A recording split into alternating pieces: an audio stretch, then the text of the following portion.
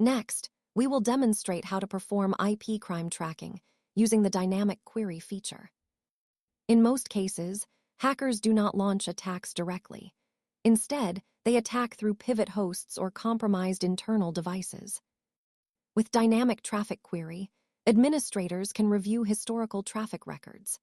This functions as an IP crime investigation log, allowing investigators to trace attacks layer by layer to identify the real attacking IP, or to monitor whether there is any lateral or extended attack traffic. Now, let us walk through an actual operation as an example. The device provides an abnormal traffic distribution chart, allowing administrators to quickly identify whether any security events have occurred. By clicking on the block of interest in the chart, the system will redirect you to the corresponding report. In the report, the attack source address is listed. In this example, it is 140***26. At this point, we can copy this source IP address and use it as the target for further investigation. Next, go to Dynamic Traffic Query to perform a historical traffic search. We then configure the query conditions. In this example, we set the query time range to the previous 6 hours. Enter the previously identified attack source IP in the destination IP field.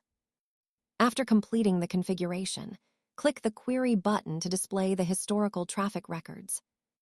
In this case, we suspect that 112.116.7112 is the actual attacker, while 140****26 was compromised and later used as a relay for the attack.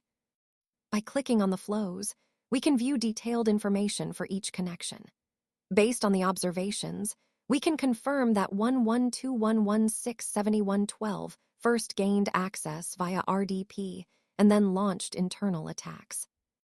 Through this example, we can see that the device is capable of tracking malicious IP activity.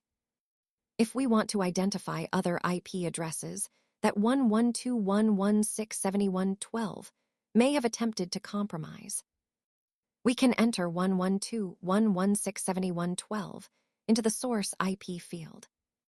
Click the Query button to display all IP addresses that have communicated with it. Using this method, we can further identify potentially infected devices and inspect them individually. This concludes the demonstration of how to perform IP crime tracking using the device. Thank you for watching.